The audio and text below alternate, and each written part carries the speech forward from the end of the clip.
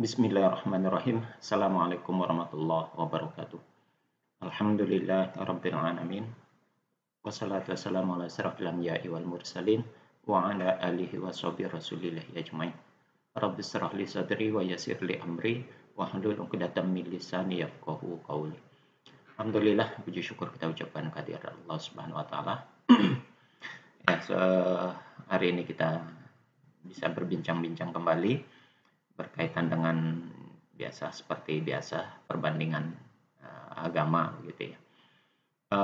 Setelah beberapa hari yang lalu kita bicarakan tentang Natal ya, karena memang sudah kita lewati kurang lebih sudah 3 atau 4 hari yang lewat tentang perayaan Natal.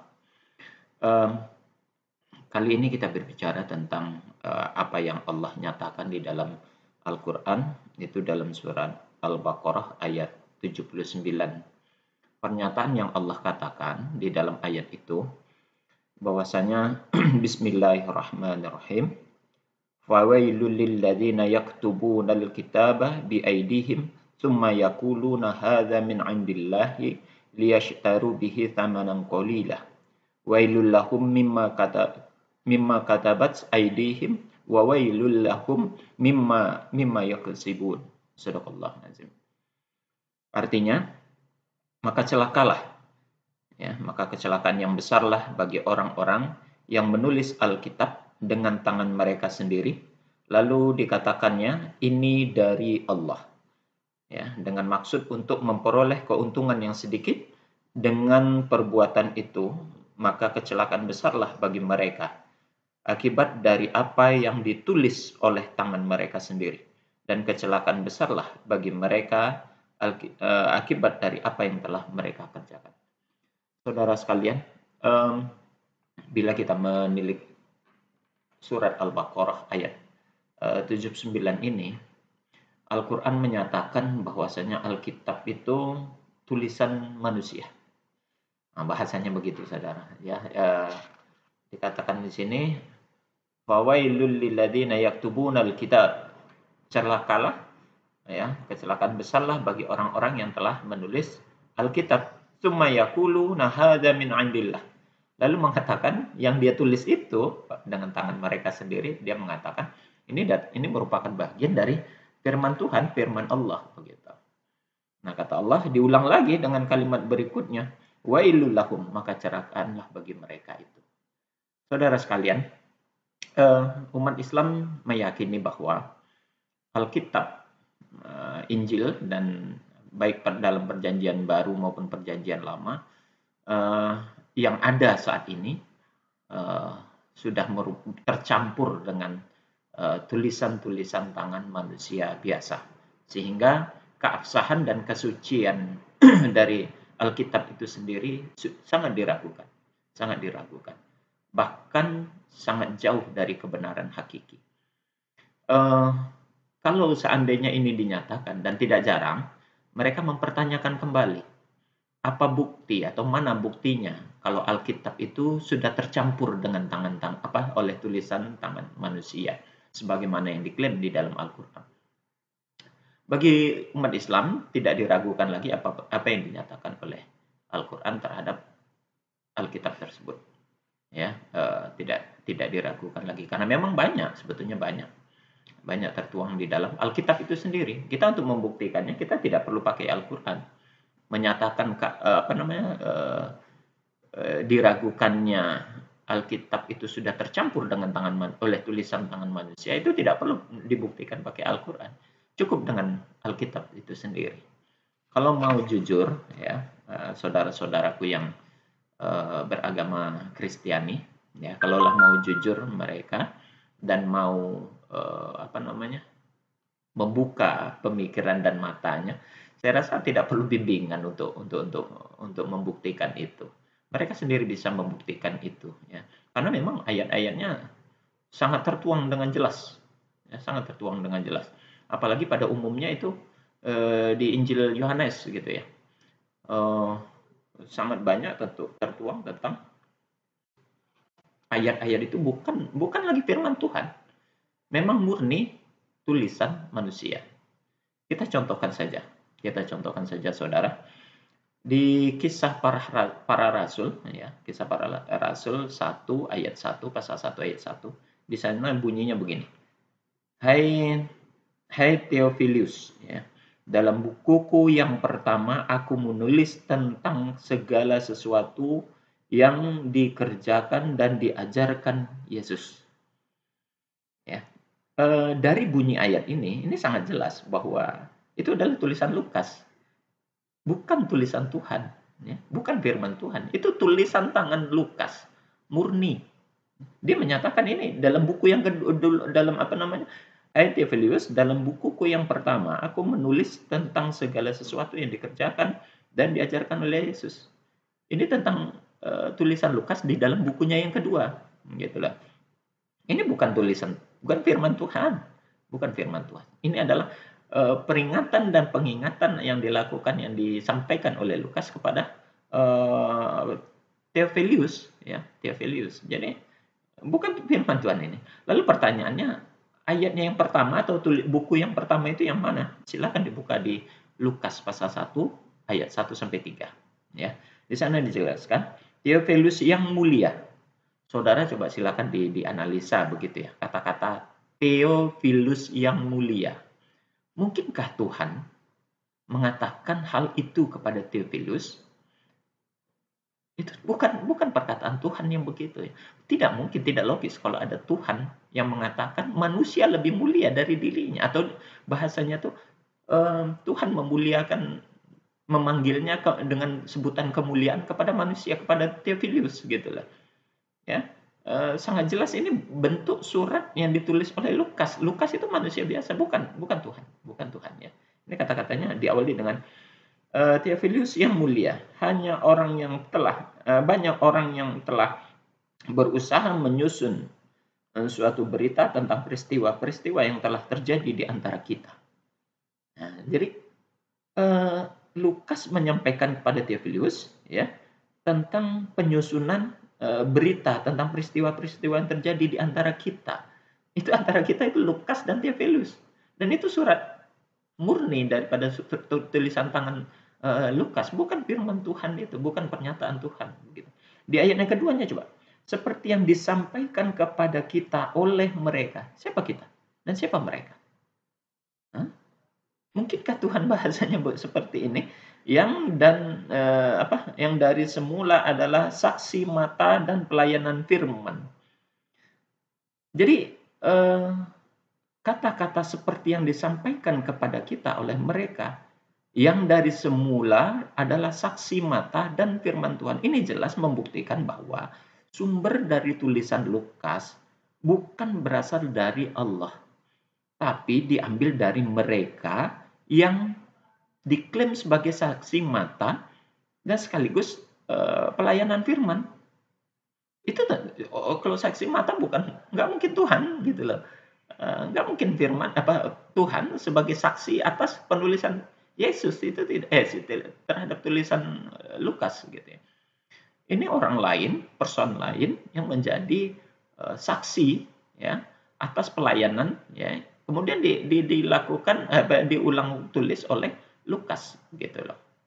Kemudian di ayat yang ketiganya bunyinya begini. Karena itu setelah aku menyelidiki segala peristiwa itu dengan seksama, dari asal mulanya aku mengambil keputusan untuk membukukannya dengan teratur bagimu.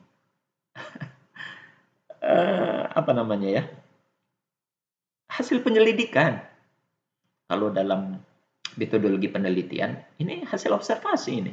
Hasil penelitian yang dilakukan oleh para saksi dan oleh Lukas, kemudian dibukukan hasil-hasil penelitiannya, hasil-hasil dari penyelidikannya, hasil-hasil dari observasinya, hasil dari eksperimennya, itulah yang dibukukan oleh Lukas, lalu dituangkan di dalam kitab Lukas itu sendiri, Injil Lukas.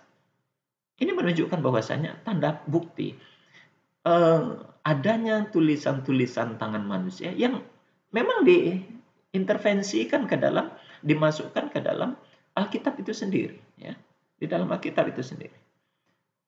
Masih banyak lagi bukti yang lain. Kita buka coba Roma pasal 1 ayat 1. Itu dari surat Roma surat 1 Korintus 1, 2 Korintus 1, Galatia Galatia pasal 1, Efesus 1 pasal 1, Filipi pasal 1 ayat 1, Kolose pasal 1 ayat 1, semuanya. 1 Tesalonika 1 pasal 1, kemudian 2 Tesalonika ayat 1 pasal 1, 1 Timotius pasal 1 ayat 1, 2 Timotius pasal 1 ayat 1, Titus 1 ayat 1, Filemon pasal 1 ayat 1, Yakobus pasal 1 ayat 1, 1 Petrus pasal 1 ayat 1, 2 Petrus ayat 1 pasal 1, 2 Yohanes pasal 1 ayat 1, 3 Yohanes pasal 1 ayat 1, Yudas pasal 1 ayat 1. Awal-awal surat yang saya sebutkan tadi semuanya ada pengakuan dari Paulus.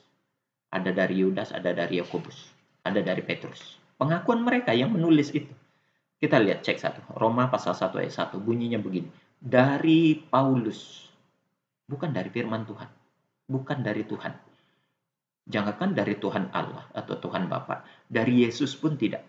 Ya, tidak ada pernyataan dari Yesus di sini. Ini pengakuan penulisnya adalah Paulus. Dari Paulus, hamba Kristus Yesus, yang dipanggil menjadi rasul dan dikuduskan untuk memberitakan Injil Allah. Ini klaim, ya, pengakuan saja oleh Paulus bahwasanya seolah-olah dia menjadi seorang rasul. Sementara bukti yang menunjukkan dia memang seorang rasul itu tidak tersebutkan di sini. Ya, nah, ini hanya klaim dan pengakuan saja, ya, dari Paulus.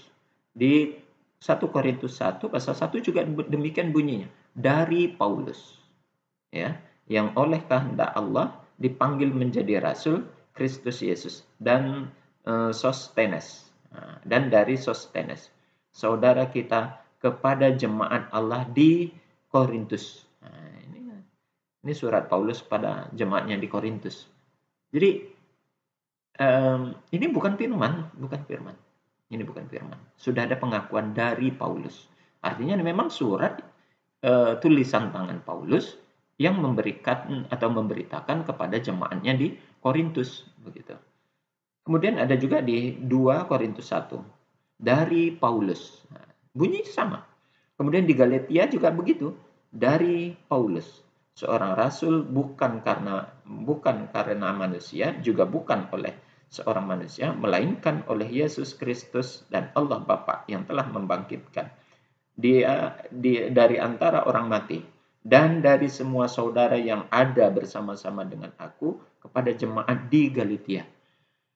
Pernyataan ini adalah pernyataan pengakuan dari Paulus yang menyatakan dia mengirimkan surat kepada jemaatnya di Galatia, dan itu bukan firman Tuhan. Itu bukan firman Tuhan. Sampai kepada Filemon, sama, isinya sama. Pengakuan awal adalah dari Paulus. Artinya itu memang murni pernyataan Paulus, bukan dari firman Tuhan, ya. Dan itu dicampurkan. Kemudian di 1 Petrus pasal 1 ayat 1 juga ada katakan bunyi, dari Petrus, Rasul Yesus Kristus, kepada orang-orang mendatang yang tersebar di Pontus, Galatia, Kapadokia, Asia Kecil, dan Britania. Kalau tadi dari Paulus, nah ini sekarang dari Petrus pengakuannya. Nah, jadi bahkan ini menunjukkan bahwasanya Simon Paulus itu memberikan pernyataan individunya dalam surat-suratnya kepada jemaatnya masing-masing. Ya, termasuk tuh Yakobus, dalam Yakobus 1 pasal 1, salam dari Yakobus, hamba Allah. Bayangkan, salam dari Yakobus. Ini bukan firman Tuhan. Ini bukan firman Tuhan, saudara. Kemudian dari 2 Yohanes misalnya, dari Panatua kepada ibu, dari Panatua. Jadi bukan dari Tuhan. Kemudian ada Yudas 1 pasal 1, dari Yudas, hamba Yesus Kristus, dan saudara Yakobus. Pengakuan-pengakuan orang-orang yang telah memberikan pernyataan-pernyataan di dalam Alkitab, kemudian dibakukan, dan itu menunjukkan bukan firman Tuhan. Itu yang dimaksud oleh Allah di dalam surat Al-Baqarah tadi pada ayat yang ke 79, bahwasanya fawailul lil ladzina yaktubuna al-kitaba bi aydihim tsumma yaquluna hadza min 'indillah. Kecelakaan besarlah bagi orang-orang yang telah menulis, ya, menulis Alkitab dengan tangan mereka lalu mengatakan ini dari Tuhan gitu. Padahal itu bukan firman Tuhan, itu bukan firman Tuhan. Ya. Itu yang ada di Perjanjian Baru. Kalau kita lihat dalam Perjanjian Lama, silakan dibuka nanti Ulangan pasal 34 ayat 5 sampai 8. Di situ lalu matilah Musa. Ini bercerita tentang kisah kematian Nabi Musa atau Moses buat bahasa Ibrani mereka itu. Kita perlu menelaah bahasa ayat ini dalam apa namanya? Dalam nalar yang sedikit agak kritis begitu ya. Ada ayat 5, ayat 6, ayat 7, dan ayat 8. Ada kurang lebih 4 ayat yang perlu kita cermati. Di ayat 5, lalu matilah Musa, hamba Tuhan itu, di sana di tanah Moab, sesuai dengan firman Tuhan. Saudara, kisah ini adalah kisah tentang kematian Nabi Musa. Kalau ayat ini, Ulangan pasal 34 ayat 5 ini dinyatakan ini sumbernya adalah dari Nabi Musa, itu mustahil. Masa nggak mungkin orang mati menceritakan kisah kematiannya? Nggak mungkin. Gitu. Lalu matilah Musa. Mungkinkah Musa menceritakan, menulis tentang kematian dirinya sendiri? Itu tidak begitu. Ini pasti orang yang lain. Ada oknum ketiga. Ya. Dia yang menceritakan. Siapa dia? Nah, itu pertanyaan besarnya. Yang jelas bukan Musa dan bukan Tuhan. Bukan Tuhan. Ya. Kemudian di ayat yang ke-6. Dan dikuburkannya lah dia di suatu lembah di tanah Moab. Ya. Di tetangan Bet-Pur, dan tidak ada orang yang tahu. Kuburnya sampai hari ini. Ya. Kemudian di ayat yang ke-7, Musa berumur 120 tahun. Ya, ketika ia mati, matanya belum kabur, kekuatannya belum hilang. Kembali, saudara, ayat ini diyakini oleh saudara-saudara kita yang beragama Kristen itu ini tulisan Nabi Musa, bersumber dari Nabi Musa yang mendapat dari firman Tuhan. Tidak begitu. Nggak mungkin Musa menceritakan tentang kematian dirinya sendiri, itu tidak logis. Ya, mungkinkah Musa menulis riwayat kematiannya sendiri? Bagaimana mungkin orang yang sudah mati menulis kisah kematiannya? Ini nggak betul, ini tidak betul. Pasti ada orang lain yang menulisnya. Ya. Wallahu a'lam bishawab. Siapa penulisnya itu saya tidak tahu itu. Yang jelas ini bukan tulisan atau bukan firman Tuhan. Ini sudah tulisan manusia yang diintervensikan ke dalam Alkitab Perjanjian Lama. Di dalam Keluaran pasal 2 ayat 11 dan 12. Pada waktu itu ketika Musa telah dewasa, ia keluar mendapatkan saudara-saudaranya untuk melihat kerja paksa mereka. Lalu dilihatnya lah seorang Mesir memukul seorang Ibrani, seorang dari saudara-saudaranya itu. Ia menoleh ke sana sini, dan ketika dilihatnya tidak ada orang dibunuhnya orang Mesir itu, dan disembunyikannya mayatnya dalam pasir.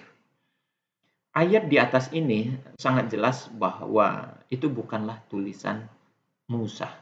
Jika Musa yang menulis, mestinya dia bunyinya dia menyatakan di situ tuh, pada waktu itu ketika aku telah dewasa, harusnya begitu. Tapi di sini ditulis pada waktu itu ketika Musa telah dewasa. Ini kan seseorang yang memberitakan, menggambarkan, menceritakan tentang Nabi Musa, begitu. Perbuatan atau tindakan yang dilakukan oleh Nabi Musa. Jadi bukan Musanya sendiri yang menceritakan tentang dirinya, tidak. Nah, itu saudara. Ini bukti bahwasanya ini bukan firman Tuhan. Tulisan manusia yang diadopsi kemudian diintervensikan ke dalam Alkitab. Masih banyak lagi. Ada juga di dalam Yosua pasal 24 ayat 9. Dan sesudah peristiwa ini, maka matilah Yosua. Ini tentang kisah kematian Yosua bin Nun, ya. Yosua bin Nun, hamba Tuhan itu ketika berumur 110 tahun. Mungkinkah surat Yosua ini yang menceritakan tentang kematian dirinya, dia sendiri yang menulis tentang kisah kematiannya itu? Tidak, tentu saja tidak. Ini kisah cerita yang sudah disampaikan oleh pihak lain yang menuangkan dan menceritakan tentang kisah kematian Yosua. Nah, itu suatu bukti bahwasanya ya Alkitab itu bukan sudah banyak terintervensi oleh tangan-tangan orang yang tidak bertanggung jawab. Lalu dia mengaku ini bagian dari firman Tuhan. Padahal itu adalah tulisan tangan manusia. Ya, banyak seperti di surat Ayub pasal 24 ayat 17. Maka matilah Ayub, tua dan lanjut umur. Nah, itu bunyinya. Jadi ada pihak person atau pihak orang lain di luar Nabi Ayub itu yang menceritakan tentang kematian Ayub. Ya, jadi tidak Nabi Ayub sendiri yang menceritakan tentang kematiannya. Nah, gitu. Jadi banyak saudara, kalau saudara mau melihat lagi ayat-ayat di di dalam Alkitab itu yang menunjukkan tentang terintervensinya Alkitab dari tulisan-tulisan tangan manusia. Jadi sudah tercampur baur mana tulisan manusia dan mana firman Tuhan. Bahkan dalam Injil the five Gospels, ya, Injil ada pernyataan-pernyataan memberikan warna terhadap tulisan isi Injil itu. Dipilah dan dipisahkan mana tulisan Yesus, mana perkataan Yesus yang sebenarnya, mana yang tidak. Ternyata di situ setelah dikalkulasikan, pernyataan Yesus yang masih murni, yang masih ada dalam Alkitab itu ternyata hanya 18% saja. 82% itu bukan perkataan dari Yesus, tapi sudah terintervensi oleh tangan-tangan orang yang tidak bertanggung jawab. Jadi itu kenapa Al-Quran memberikan gambaran di awalnya tadi, ya, ayat yang pertama kita bacakan surat Al-Baqarah ayat 79. Fawailul lil ladzina yaktubuna al-kitaba bi aydihim tsumma yaquluna hadza min 'indillah liyashtaru bihi tsamanan qalilah. Nah, wailul lahum mimma katabat aydihim wa wailul lahum mimma yaksibun. Ya, sungguh sangat kecelakaan bagi orang-orang yang telah menulis Alkitab, lalu dia mengaku ini firman Tuhan. Jadi Alkitab tidak murni disebut sebagai kitab suci. Sesuatu yang dikatakan kitab suci harus bebas dari intervensi ataupun tulisan tangan-tangan manusia. Demikian saudara, semoga bermanfaat hal ini, dapat mengambil iktibar kita dari segala sesuatunya yang saya sampaikan. Ini bisa menjadi bahan pertimbangan buat kita untuk mempertebal akidah bahwasanya Al-Quran memang murni sebagai firman Tuhan, dan masih kata Allah, inna nahnu lahafizun, Allah yang memelihara Al-Quran itu. Demikian kita tutup dengan kafaratul majelis. Subhanakallahumma wa bihamdik asyhadu an la ilaha illa anta astaghfiruka wa atubu ilaik. Assalamualaikum warahmatullahi wabarakatuh.